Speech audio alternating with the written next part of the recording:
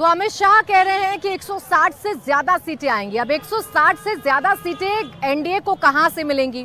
शाहपुर, जहां सबसे ज्यादा नुकसान एनडीए को 2020 के चुनावों में हुआ था, शाहाबाद, क्या वहां पर नुकसान इस बार महागठबंधन को होगा? क्या शाहाबाद की जो 22 सीटें हैं उसमें ज्यादा सीटें एनडीए जीतेगा, क्योंकि पिछली बार सिर्फ 2 सीटें एनडीए के खाते में गई थी? क्या यहां पर कमाल कर पा रहा है एनडीए?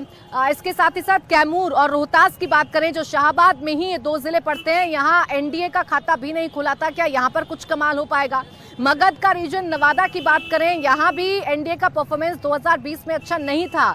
नवादा में 5 कुल सीटें हैं, जिसमें से सिर्फ 1 सीट वारसलीगंज पर भारतीय जनता पार्टी जीत पाई थी। बाकी 4 सीटों पर एनडीए को नुकसान उठाना पड़ा था, हार का सामना करना पड़ा था।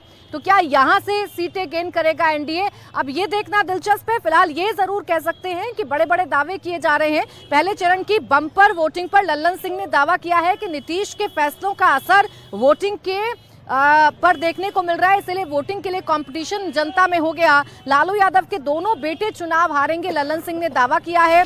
आरजेडी के लोग 20 साल से देख रहे हैं सपने, मोकामा 100% जीतेंगे, ये पक्की खबर है। आपको याद दिला दें, अनंत सिंह के जेल में जाने के बाद लल्लन सिंह ने ही प्रचार प्रसार का जिम्मा संभाला और वो कह रहे हैं कि मोकामा तो हम 100% जीतने जा रहे हैं।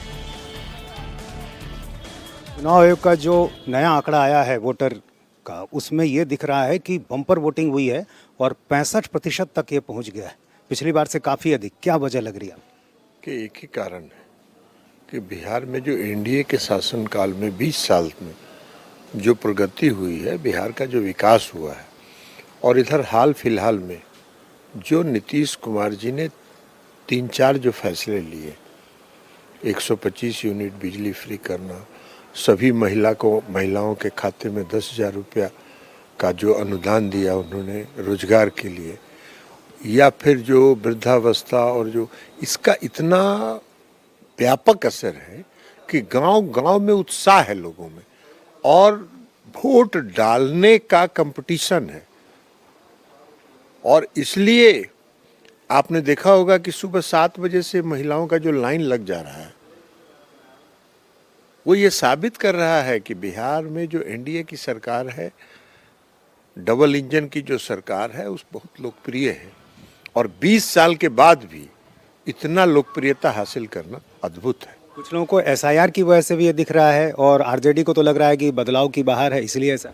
अब आरजेडी को तो कुछ भी सपना देखने का आदत है। आरजेडी वालों को तो बीमारी है सपना देखने का ना। 20 साल से तो सपना ही ना देख रहे हैं, फिर देख लेंगे सपना, 5 साल फिर इंतजार करेंगे। पहले चरण को लेकर क्या आकलन है 121 सीटों पर जो चुनाव? हम लोग जो 121 सीट का आकलन अगर करते हैं तो एक सीट में कौन सा सीट हम हारेंगे, इसका आकलन हम नहीं कर पा रहे हैं। तो हम अभी आपको क्या बताएं, हम एक भी सीट का आकलन नहीं कर पा रहे हैं कि कौन सी सीट हम हारेंगे। लालू यादव के बेटों को लेकर क्या खबर आई है? लालू जी के बेटे दोनों हारेंगे। उसी राघोपुर से श्रीमती राबड़ी देवी ने हारी, तो उसके बाद से चुनाव लड़ना ही छोड़ दी, ये भी हारेंगे। और मोकामा में चूंकि आप काफ़ी एक्टिव थे, वहाँ की खबर तो पक्की होगी आपके पास? पक्का ही नहीं है, 100% पक्का है, और वहाँ चुनाव जीतेंगे।